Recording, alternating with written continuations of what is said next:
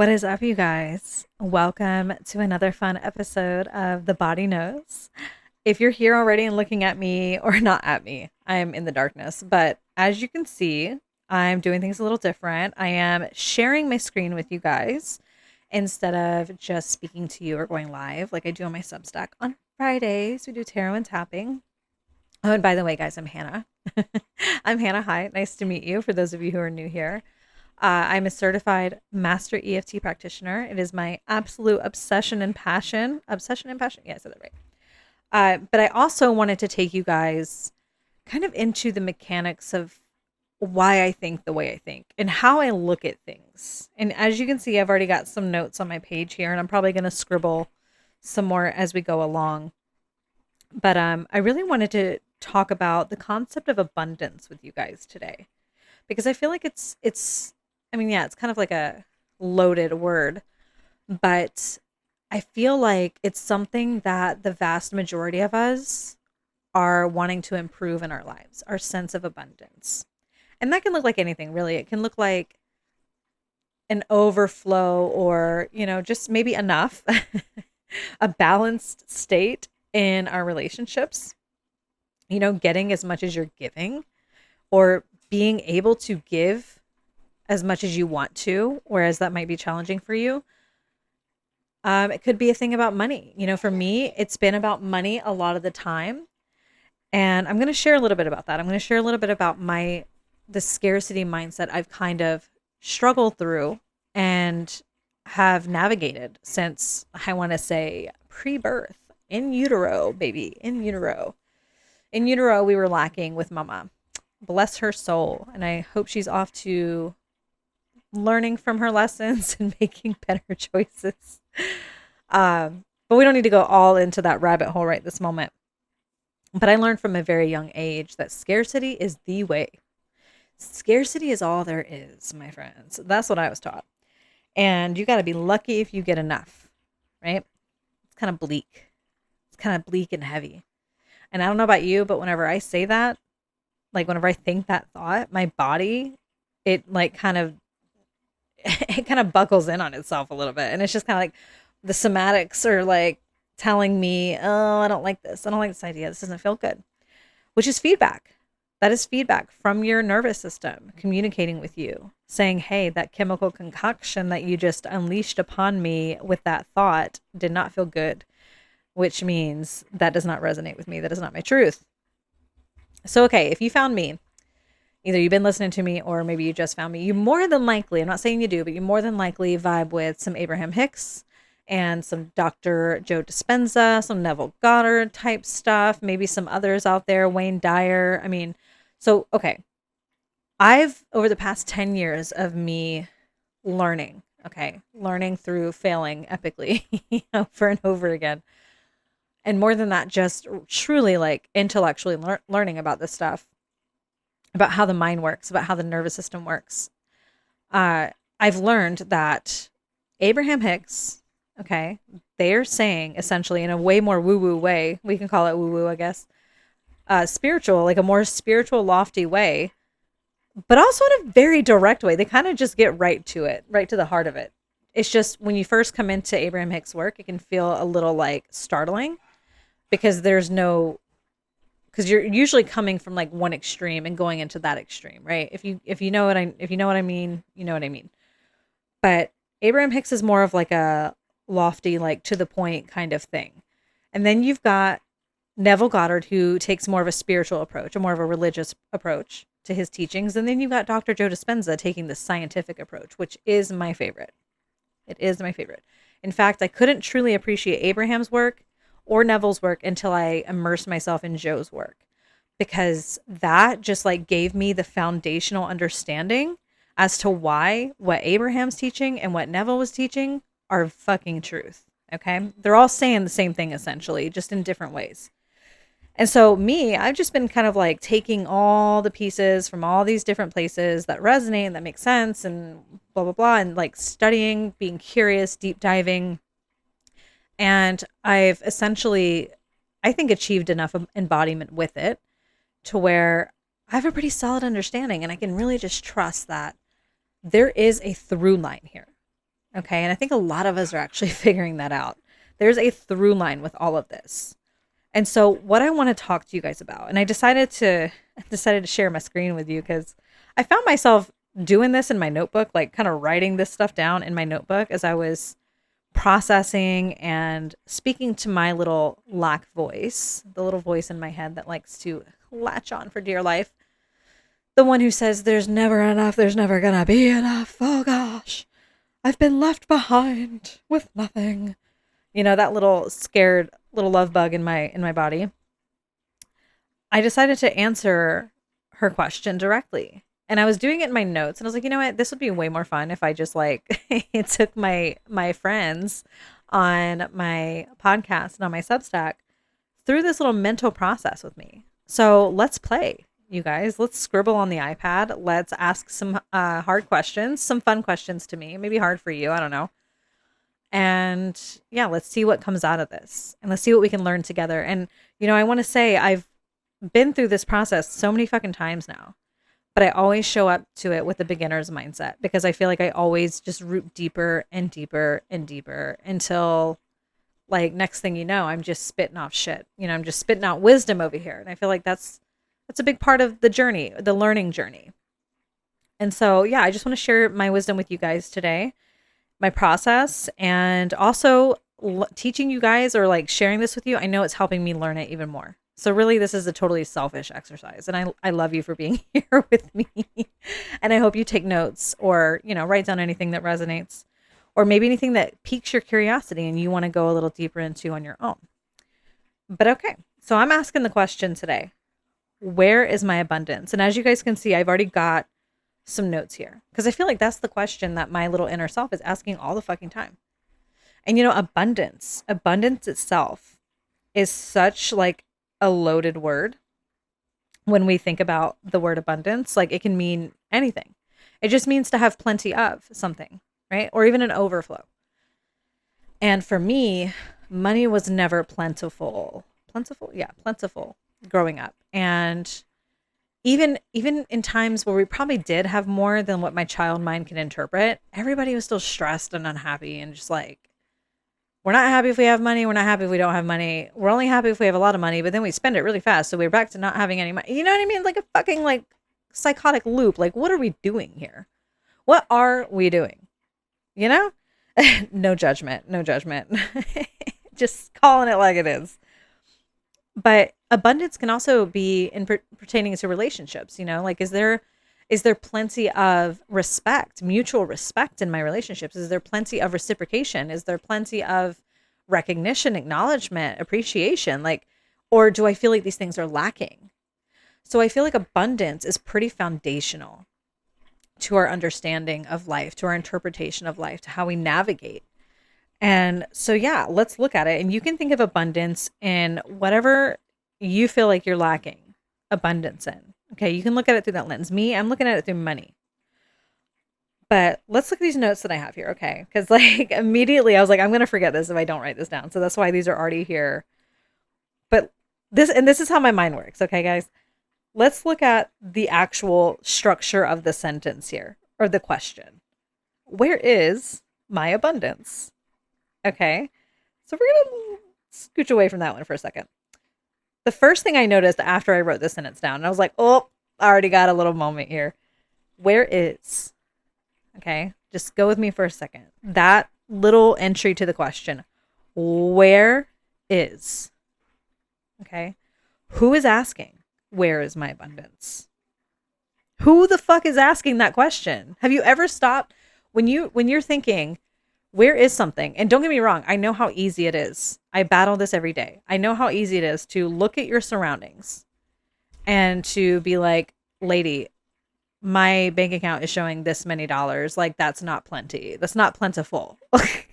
You know, or like, my spouse is out probably like at a bar right now, getting drunk in the middle of the day instead of being here working on things with me and actually communicating. There's a lack of communication.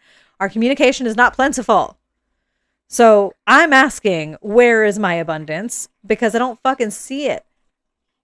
I don't have it, right? I love you too. My 4-year-old's giving me love. Hold on. Mwah. I love you.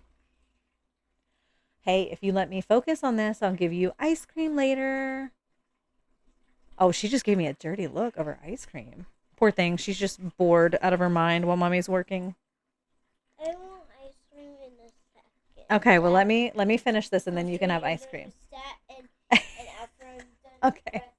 Okay, yeah, you go rest. I love you. I love you. Aw. Well, you guys get to hang out with me and my little Cinnabon for a minute. I love you. Aw, she loves you guys too. You're so sweet. All right, go play, Miss my love. Okay, now that we're back. She's so cute, and I'm not editing that out. Okay. So I get it. I get it. It's easy when we're observing reality purely from like the physical standpoint. I get it. Like I could say the same thing about my bank account. You know what I mean? But like that to me has not been a sufficient answer because it's not here because nobody's paying me this much money or like I haven't gotten this much of this or he's not talking to me or this and this. I've learned through the hardship of life that that's just not a sufficient answer because it doesn't solve the problem. In fact, I think it perpetuates the problem to just look at the physical results and just be like, well, because it's not helping me, it's not doing this for me. This isn't like okay, sure, that's valid on one hand, but you got a whole other hand over here. Maybe you do, maybe you don't, but you get what I'm saying. There are other ways to look at it too. It's not just this surface level experience. There's a whole fucking ocean that's the tip of the iceberg, right? There's a whole other big piece of that chunk. And it took me a long time to see that. It wasn't until I started going through a spiritual awakening, meaning everything in life started falling apart very quickly all at once. And I had to like open my eyes or else I was going to drown. And that started in 2016, roughly. So let's go back to this question. Who is doing the asking?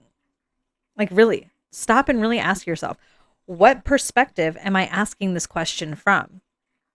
Okay, we're planting seeds here because then let's go to this other question. Okay, so in the question, it says, where is my abundance? Where is my abundance? But here's the thing. If there's not any abundance, if it's just all lack, then how the hell are you aware of the concept of abundance? I just felt someone's heart go kapow. Oh, wait a minute. Like, oh, wait a fucking minute. What did you just say? I'll say it again. If there isn't any abundance, if there's only lack, then how would you know to desire abundance? Where is that desire coming from? What in your inner world is speaking to you about this concept of, hey, plenty, overflow? Where the fuck is that coming from? And if we take it into Abraham Hicks, let's take it into familiar territory, okay? Okay. My stuff just disappears and then comes back. Okay, let's take it into familiar territory. So let's take it to Abraham Hicks. Like I just said that. Oh my God. Y'all about to go along with the squirrel ride, okay? So Abraham Hicks, she talks about contrast. Okay? And I'm actually rereading, once again, I've read this book so many times, Ask and It Is Given by Abraham Hicks. It is on my recommendation list that I have over here to the left on this little screen share. But okay, she talks about the concept of contrast, which basically says like where you're standing now. So if you're over here, meh, sad face. I don't have communication. I don't have, love. I don't have this. I don't have that. I don't have money. Okay. That, you being right there, is actually what makes this it's actually what brings you into the awareness of it, right? That's what I was trying to say. So that in and of itself kind of brings up a message too. If where I am is such a problem, if it's such a, no, let me back up. Let me say it this way. And again, I've had to reckon with this myself. How can where I am be so fucking bad if it's doing this amazing witchy woo woo thing of making me aware of what I was not previously aware of. So maybe before you got to where you are now, you weren't aware of abundance. Oh my God, the screen is moving. Maybe you weren't aware of abundance, right? But then some part of your mind came online and it said, I see this and it makes me want this. So you became aware of something else. You started to become aware of something else, right? Now, this is where we're going to go over here to this little note that I have. And this is basically like just a little snippet of what you learn in the book Becoming Supernatural by Dr. Joe Dispenza, or even Breaking the Habit of Being Yourself by him, which again, recommended reading list, snapshot it if you need to. Becoming Supernatural, Breaking the Habit of Being Yourself, Ask and It Is Given. And then any Neville Goddard books, honestly. But okay, where you place your attention, and this is the biology behind it, okay? It equals what you tune into, what your energy tunes into. And I'm sure if you're here, you already know and are aware you are a vibrational being having this human experience, having a material experience. But even if you break down all of your senses, if you really look at what they are, all your senses are just different ways of translating frequency into an experience, of interpreting the energy. Touch, sight, sound, all of it is just your stuff working with this stuff to create some kind of interpretation, some kind of experience in the Hannah language, okay? Not in the scientific language. But I challenge you, if you don't believe me, go and look it up, do the research. What actually creates the sensation of hearing? What actually creates the sensation of touching? It's all frequency. It's all energy, first and foremost, okay? Even matter, it's still vibrating. It's just vibrating very slowly. Very slowly. So where you place your attention is what your energy tunes into. And with repetition and feeling, okay, and just by thinking a thought, you create a feeling. You create a stronger signal. And that signal then becomes your lived experience. Now, that's not always a one and done. It's usually, like I said, repetition. It's like my lack mindset. I wasn't just literally born with that. I was probably, my physical experience with my mother in the womb probably gave me a taste for it, right? But then we come out, we're these pure little beings as best we can be, depending on our soul plan and what the fuck we came here to experience and learn and release, whatever. At the core of it though, we're usually a pretty clean slate when we first come in here. And then we go through all these experiences. We feel all these feelings around us. We feel, we hear, we observe. Our mirror neurons are doing their thing. We're just little sponges soaking it up. So over time, I was taught in numerous ways, okay, more ways than I can count, that abundance is always lacking. But yet everybody was always aware that they wanted more.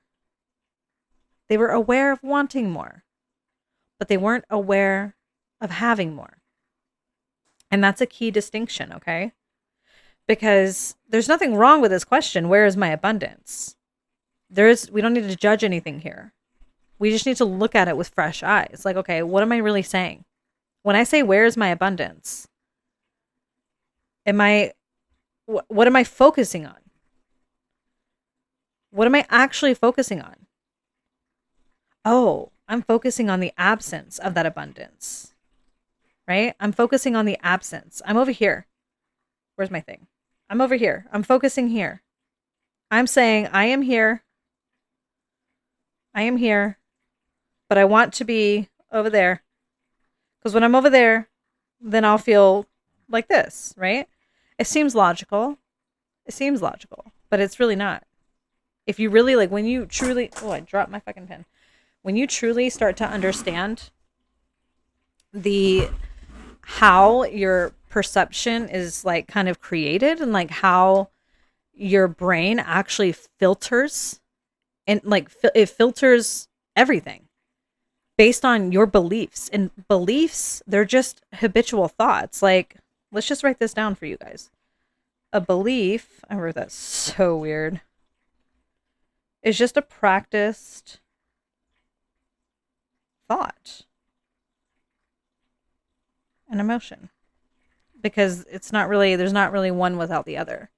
Your emotions are producing thoughts, attracting thoughts of the like of the same kind of like essence, right? And your thoughts are generating those chemical responses in your body.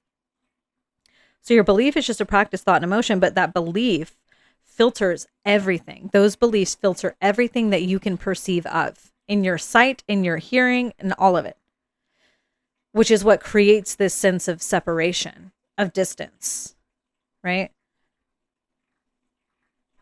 So where is my abundance?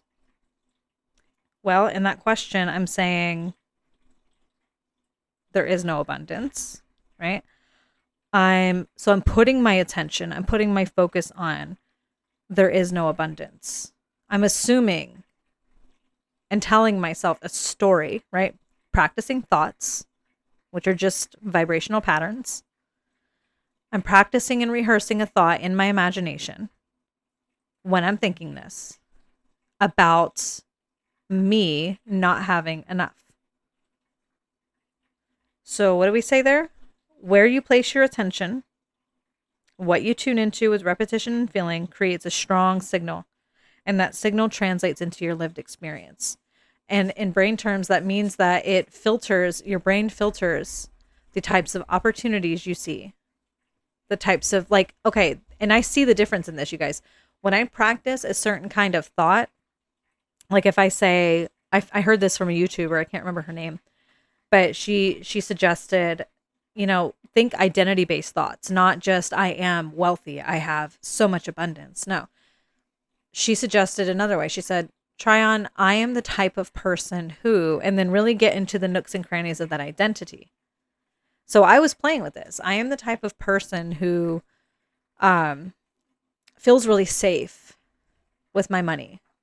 I'm the type of person who always feels like I have enough or more than enough. I'm the type of person who sees new orders coming in or whatever, And as I started playing with these without having pressure on needing an outcome to happen or needing something to happen, and instead just letting myself feel what that thought does to my body, because remember what I said. And this is how you can see this for yourself, guys. Like you can see, let me make this a little bigger. You can see when you think a thought, I'm going to write this down so you can screenshot it if you want to. When you think a thought, you create an emotion, if you will, or you tune into one. And I noticed whenever I just let myself play with these thoughts, I would pay attention to how they felt in my body. And I noticed that that some of these thoughts would feel really good, really kind of yummy, even if just for a moment before the resistance came in, it was like, no, this and that, but when you really pay attention, you can tell like your body, your nervous system will give you feedback, and it will say, okay, this thought feels pleasant. This feels healthy in my body, meaning that you're releasing some chemicals in your body that are actually supportive and healing and restorative and inspiring and energizing and all this stuff. And all of that, when done repetitively, leads to a change in your entire personality. It leads to a change in how you're thinking. And so my point was, when you do this, when you change the way you're looking at things, right? We're looking at it right now as where is my abundance? My brain is filtering through that perception because that's what I'm believing right now. That's what I'm feeling. I'm feeling the lack. So I'm unable to even receive an idea that could help me create more abundance in the material world in a practical way. I can't even be open to that thought. I can't even be open to maybe a video that might pop up on my YouTube feed that might inspire me, that might send me like, running for the hills doing this fun thing that ends up bringing in abundance.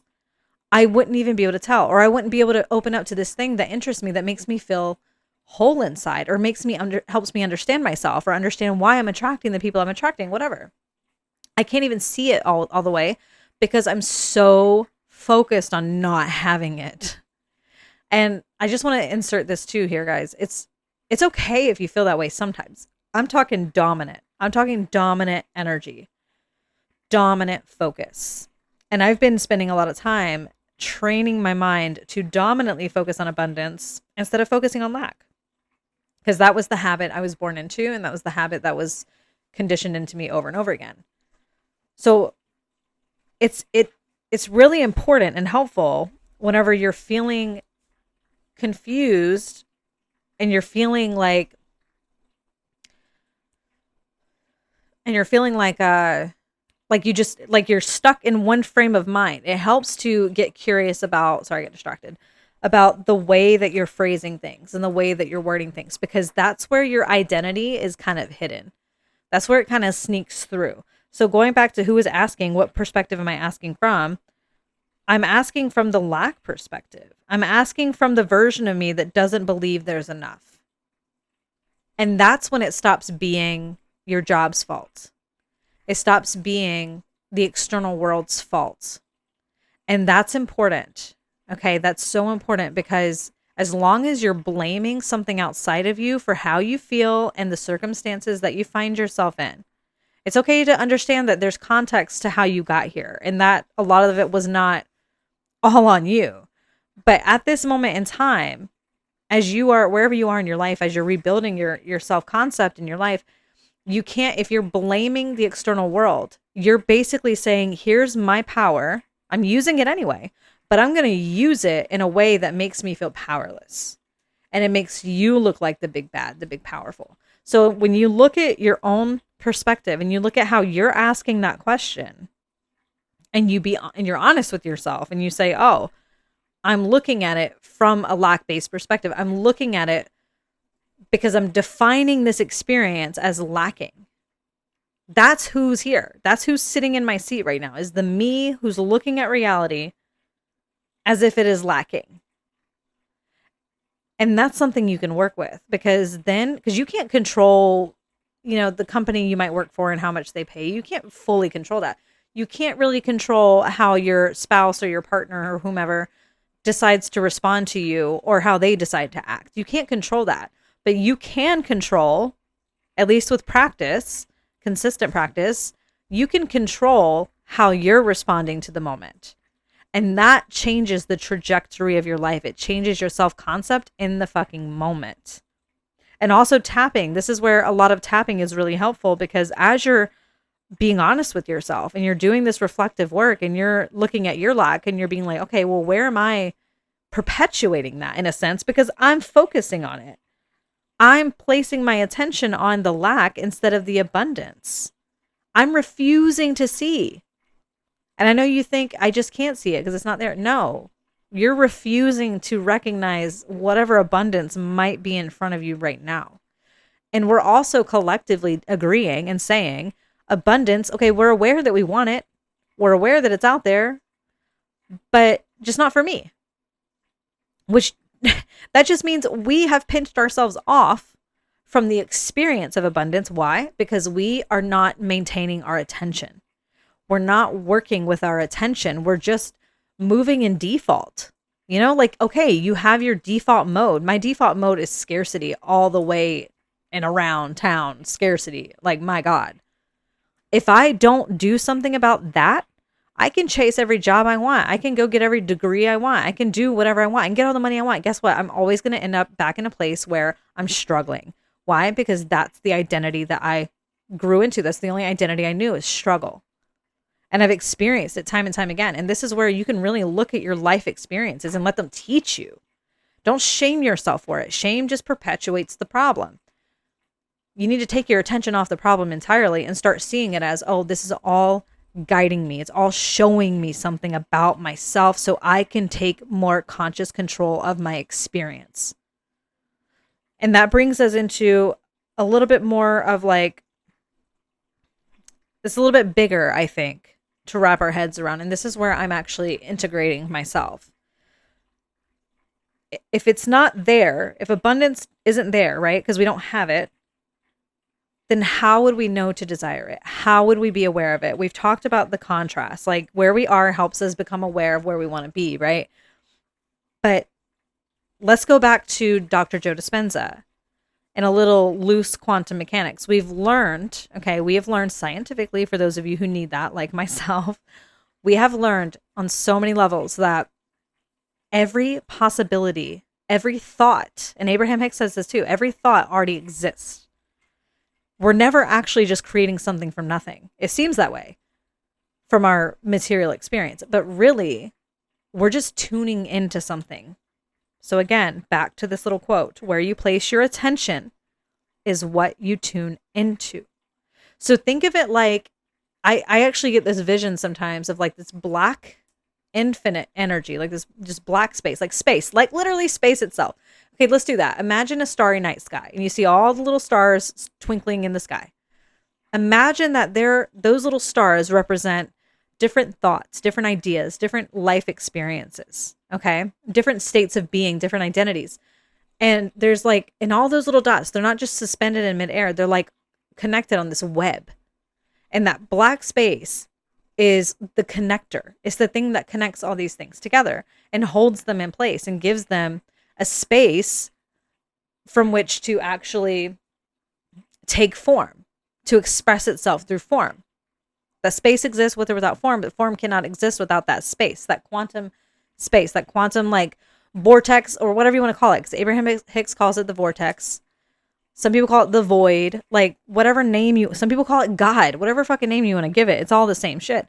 But the point is that every potential exists. Every potential exists all at once right now. And so our attention essentially, when we use it by default, when we're not like being conscious with our attention more often than not, we're in our default mode wiring. Like we're in our default settings. And that means that our attention might be on lack, even though we just earlier that day were practicing abundant thoughts and feeling abundant, right? Like it's just you. So without that conscious will, that conscious attention and that practice, that consistent devotion to yourself and to the truth, really, it's hard to really make any progress. It's hard to change what you're tuning into and what you're seeing. So think of it like everything exists all at once, right? And where you place your attention, and then we do this with our thoughts, with imagining, with, communication, all these things. Where you place your attention, that's what you're tuning into. That's the potential that already exists that you are tuning into. And through your consistent, devoted attention and your emotional experience of that attention, it alters your frequency, right? So if we're talking about abundance, and we're asking the question, okay, well, how do we know that it even exists? It's because it does. Like, it just does. It's like the word coming to me is omnipresent. Omnipresence, whatever. It's just like love, or even hate if we want to experience hate in the moment, anger, any of that stuff. All that stuff is, sorry, I'm hand motioning to my children. Just give me a few minutes, okay? All that stuff, Lord, I lost my train of thought. And I've said all that stuff about 5 times now. Mom life, you guys. Mom life. Trying to work at home. I don't know what I was saying. We're just going to get back into it where I can pick up. Okay. Nice. Thank you. No, I'm not done. Go play.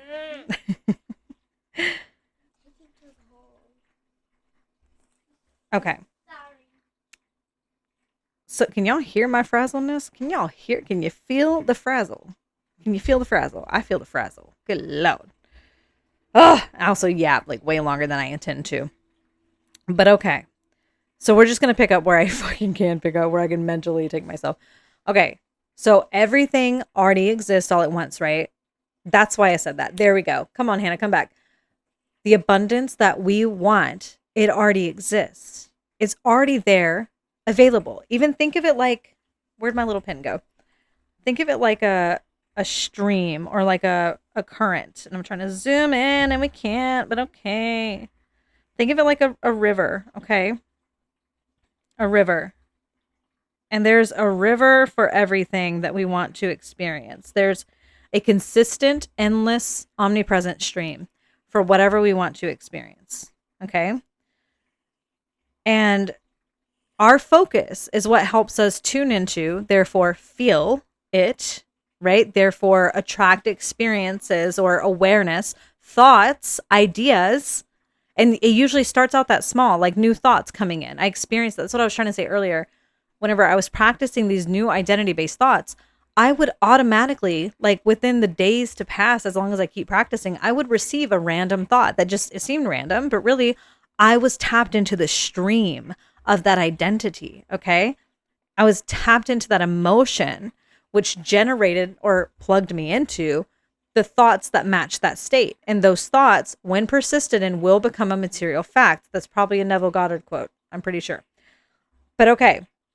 So we have our stream of abundance here, right? Now you zoom. Okay. And then we have our attention. Our attention is basically like if we are deciding that abundance doesn't exist. I'm aware of abundance, but I'm going to say it doesn't exist by asking where the fuck's my abundance because I don't see it. I ain't got it. I'm actually thinking I don't have it. So we're like disrupting the stream, right? It's still flowing, but we're just disrupting it. We're pinching ourselves off. Think of this like a pinch, like a little pinch in the fabric or something. I don't know what the fuck I'm trying to say, but you get it. I don't have it. It's not possible for me. And you know what's funny about all these things that we're saying? If you notice, if we just take out the negative, what still exists? Oh, come on, tell me y'all felt that. If we take out the negative, what still exists? I do have it. Look at that. It's possible for me. Look at that. Oh my God, you guys. Oh, that's just such a message in and of itself. You guys, some of you, including myself, I'm coming out of this too. Some of us are adding on. Sorry, that's so messy. Adding on to get abundance. But what if we actually need to subtract? What if we need to subtract? Think about it. If what you place your attention on, and again, you can do this with thoughts. We're doing this with thoughts all the time anyway. Why not do it consciously? If we look at what we're actually thinking, if we pay attention, and this is why I suggest tapping all the time, because tapping creates a sense of safety in the body, especially if you do it daily and you use it on like your anxieties, your fears, all this, your frustrations, all this shit. If you use it to help you process your emotions instead of ruminating and reacting to those emotions, it clears up space. It subtracts. Okay. It subtracts. It releases the additions you've made through your conditioning and programming through your experiences. And then it also frees up energy. So you actually have energy to focus on yourself and to look at yourself and to sit in reflection. And then you can literally go to your journal when you're feeling bad and you could be like, all right, I feel like shit. What am I thinking about right now? And just write down the first thing that pops in your head. Don't judge it. Don't anything. Just write it down. I don't feel loved right now. I feel lonely. Like whatever it is. Or I don't, it doesn't matter. It doesn't matter. You can take those things and you can become aware of what you're thinking and you can gently guide yourself into a different thought, a thought that feels better. Abraham Hicks teaches this in this book, Ask and It Is Given. And she just talks about, don't try to jump from I don't have it to I do have it, right? That was just a play that I wanted to point out real quick. But don't do that right away. If I don't have it is so charged, if it's so fucking charged, I recommend tapping on that charge because that's the emotion that's gluing you into that thought. It's locking you into that thought loop. And as you resolve the emotional tension with tapping, that thought starts to dissipate on its own, or it stops making sense. So that way you are willing to let it go. And then you're willing to try a different thought. And then with consistency, it gets easier and easier. And the next thing you know, you believe something totally different. All just with tapping, not ignoring anything, not avoiding anything, actually just sitting down and using your fingertips to help yourself and to regulate your nervous system. But it creates the safety so you can do that. And then you can gradually lead yourself to that point where it's like, oh, I do have it. Oh, it is possible for me. Or even stuff like maybe it is possible. Maybe I could do it. Maybe if I learn some new skills, or maybe if I just try a couple times, take the pressure off, maybe I could do it. Maybe this, maybe that. But the point is, it's just to open up and to shift your attention, to shift where you're placing your attention. So I guess you could say this whole conversation, it's not answering the question of specifically, where is your abundance? What do I need to do to create more abundance in my life? It's more so bringing your awareness to the fact that it already exists.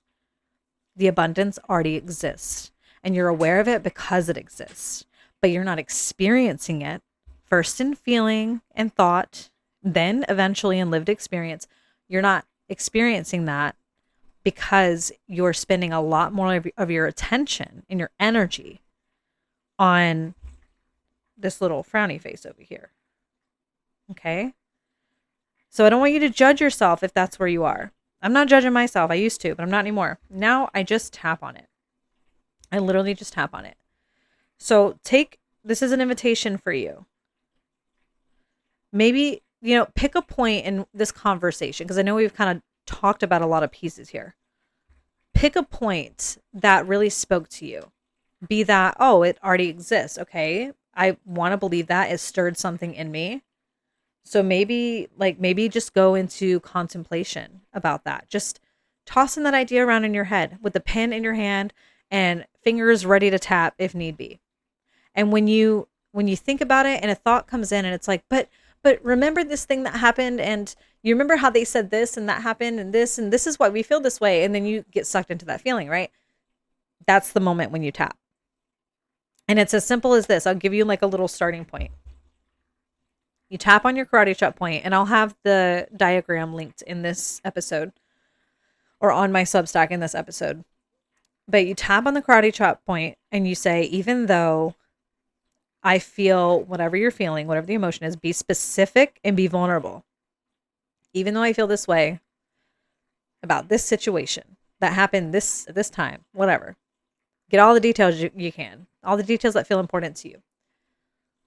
I deeply and completely love and accept myself. And I mean, it sounds simple. Don't underestimate it. I underestimated the power of that statement, the power of tapping, and do that 3 times, by the way, at least 3 times. Hell, I'd say do it until you start to feel it loosen up. And if you don't feel too different after you've done it a couple times, start tapping on the other points and kind of saying the same thing or saying something similar to it, just hitting all like the little details of it. But I underestimated the power of tapping for years. And then suddenly it like kind of came into my awareness again. And I finally said, you know what? Nothing else has really helped me as much as this can. And I don't feel super connected to deep, long meditations. I think those are amazing. And I'll do those every once in a while. But for the most part, I don't want to do that every day. I just don't. It's just not who I am. Maybe one day it will be, but for now it's not. And so this helped me really immediately. And I was dealing with more like when I first got back into tapping, like truly got into it. I was in a really like tumultuous situation. And so I really did need something to help me in the moment. And I didn't have the emotional capacity to sit still long enough to really like go into a deep meditation. I was just really struggling with that. So when I started using tapping, I found that I could dissolve those negative emotions within minutes, most of the time.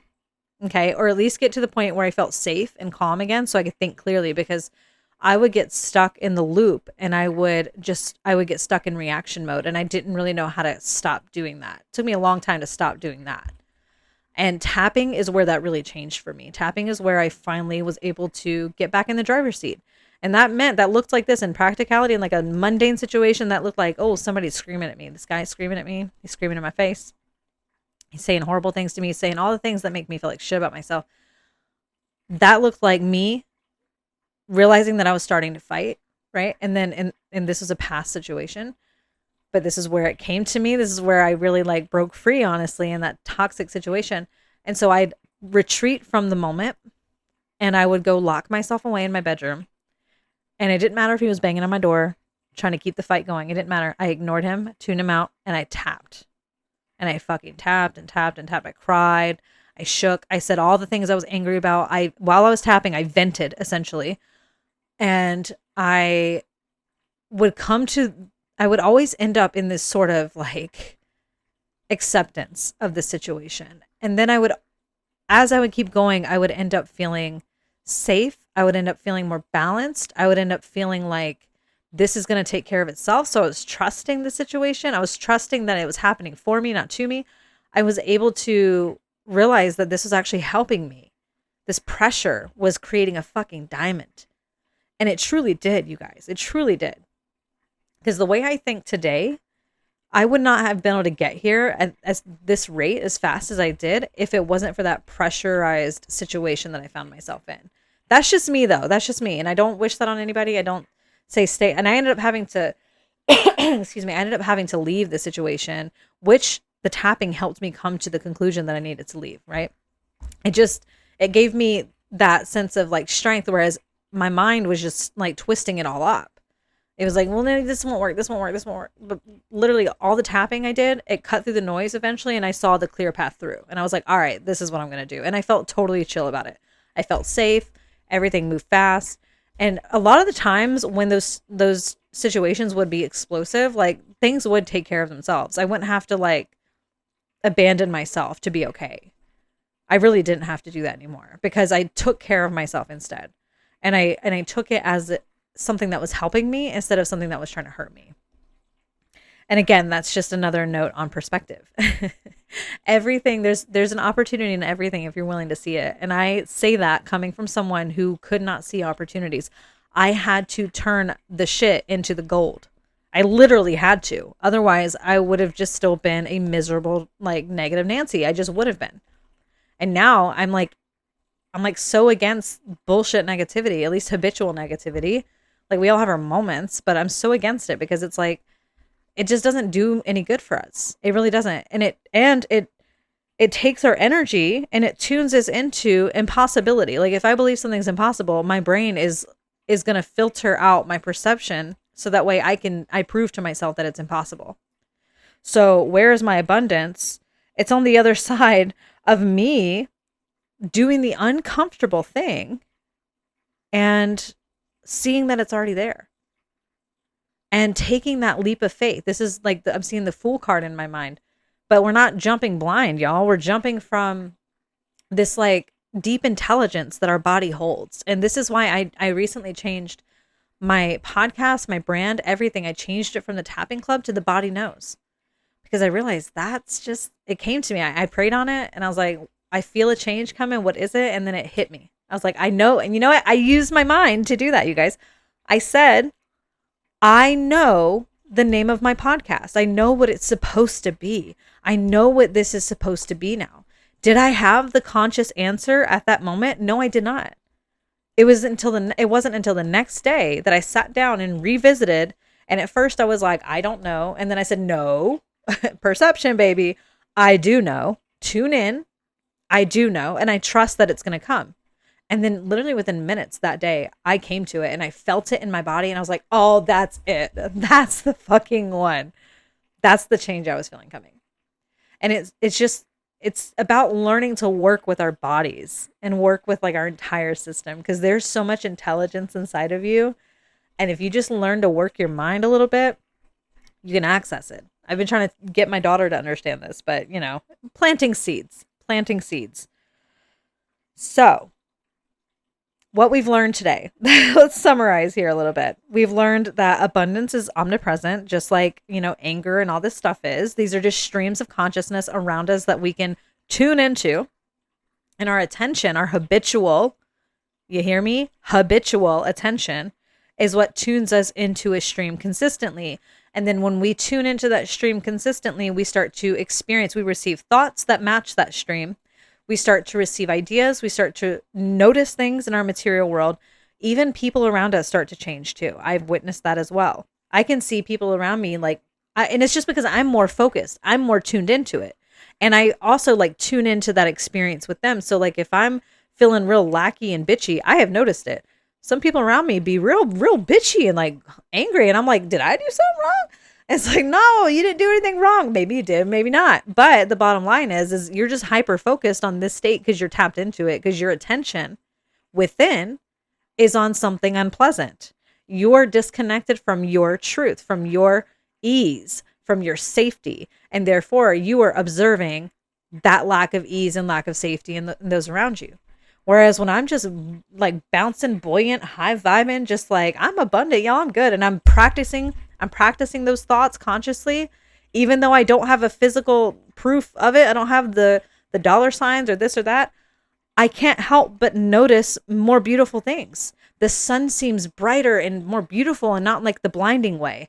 The grass seems like it's glowing. The fucking oh, now there's a lilac butterfly that I never saw before. Oh my god, what the it's so wonderful. It's so beautiful because lilac's my favorite color. Or oh, I feel like a poem's coming. This is my creativity flows, right? I feel like a poem's coming through when I look at this tree. It's like I can hear it speaking to me. It's like everything comes to life. Everything comes to life.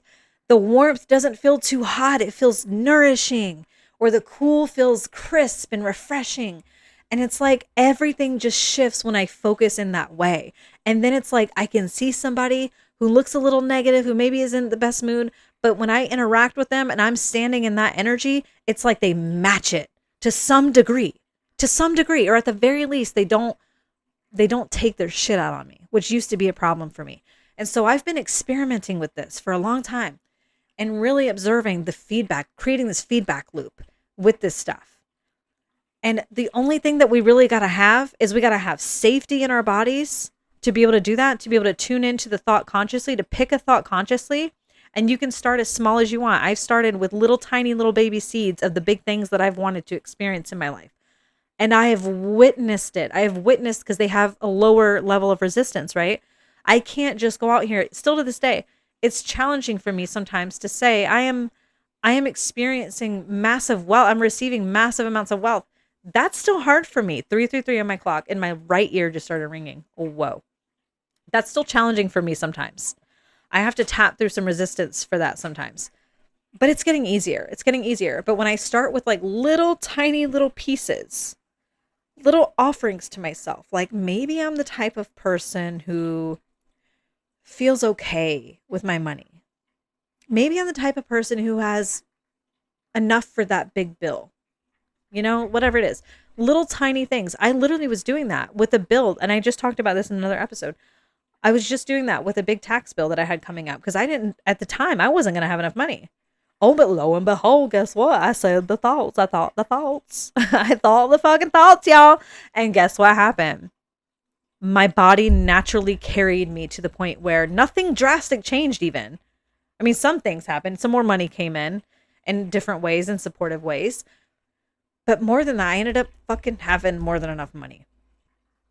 More than enough money for that bill. And I've never had enough money for that stupid bill.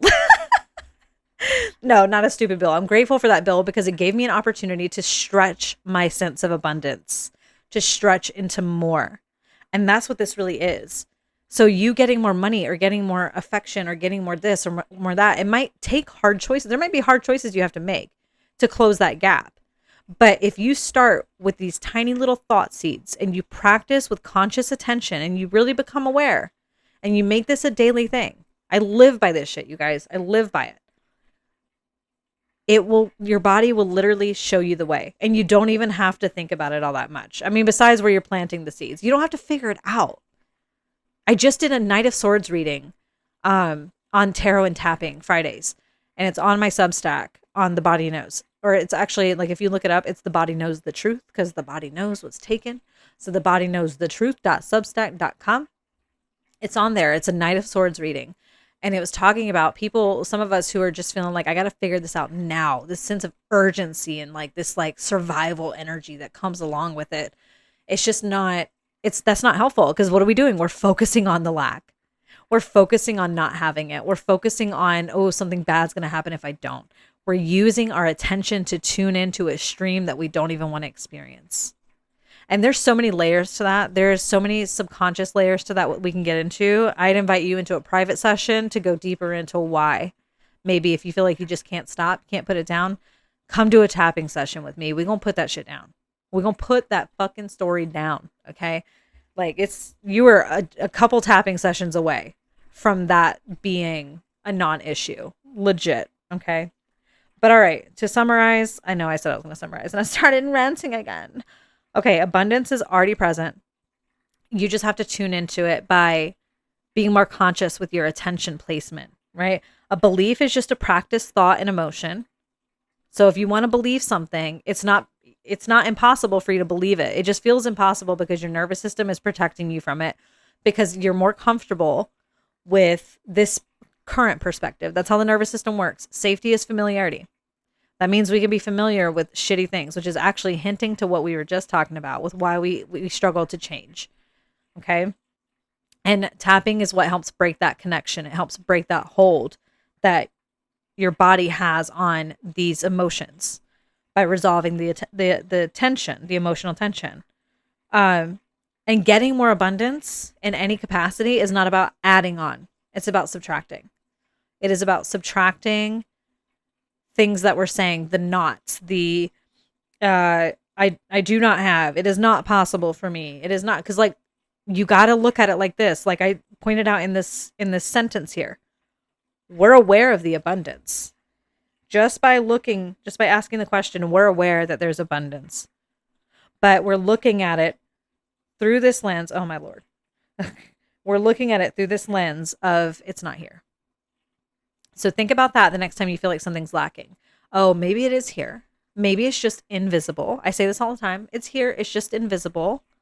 And my job is to inwardly tune into that river, that stream of consciousness, that flow, by practicing my thoughts consciously.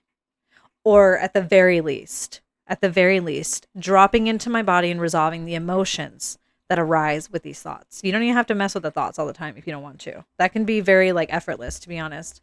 If you just like if you notice that you're feeling like shit,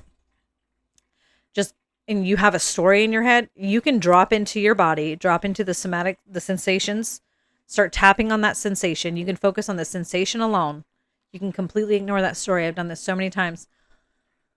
And then you can resolve that emotional tension and it'll just kind of feel like relaxation at first. And then if you keep going, or at least either in that tapping session or maybe in a couple days to pass, if you don't just completely default back to it without addressing it, then that tension, that emotional tension is going to resolve itself. And that thought, that story is going to stop making sense to you. It's going to stop having such a grip on you. And you're going to start to open up to different ways of seeing things. I have that happen all the time. I'll tap and tap and tap and I won't even have a breakthrough, but I'll feel relaxed. And then like a couple days later, I receive a thought and I'm like, oh my God, okay, that tapping session worked. And it's hard to see. That's why some people, they go to tapping sessions and they almost forget that they even had a problem and they forget that the tapping helped because it just rewired your fucking brain. It changed who you were on the most fundamental level. And now you just are this different version of you because you always were. It just removed the shit that was making it hard to experience and embody. So I'm going to stop here or else I'm never going to fucking shut up on this topic. I love this. And I'd love to hear from you guys how you like this flow of consciousness, this flow of teaching. And I think I'm going to do more of this though. This was really fun for me. And I felt really natural in all this, more natural than I do in a lot of things that I create, which is, that's something that I'm evolving into, is a more natural relationship with my expression. Oh, Chiron and Leo in the second house for my astrology nerds. Oh, anyway, I love you guys. Make sure you're subscribed to the Body Knows. I almost said the Tapping Club. Make sure you're subscribed. And if this really supported you, I don't do paid subscriptions as of right now. I probably won't for a good bit, if I do at all, to be honest. If you want to support me and say thank you, though, you're welcome to leave a gift. If you want, you can buy me a coffee, or I don't use buy me a coffee, but you can buy me a coffee if you want, or buy me lunch. It don't matter. I love you either way. And I also have, you guys, I have instant downloadable EFT audios that you can start using based on different themes. And if you have a specific request and you're like, hey, I don't really want to do like a session, but I want to work with you on some level. I want to tap with you. I like what the fuck you got to say, but you don't see an audio that you'd like to tap on, hit me up and I'll make one, because I'm sure it's something that other people would actually benefit from too. And I'll just put it on there for you guys. So there's lots of ways that you can take the next step in your journey, but there's some of you, I really encourage you to do a private tapping session. And I bring divine insights into it. Like I do the tarot. We use your astrology if it's something that resonates with you, whatever we can use at our disposal to give you more like a deeper dive look into why you are where you are, why you've been there, why you feel stuck there, and how you can break free from that. And the tapping is the thing that bridges all those gaps. Tapping is the thing that puts you back in the driver's seat of your mind. So if you're looking for that kind of transformation, I'll have the link for you to check availability and to book available. And just message me if you have any questions about it, anything at all. But yeah, I'll catch you guys in the next episode. I love you so much. Mwah.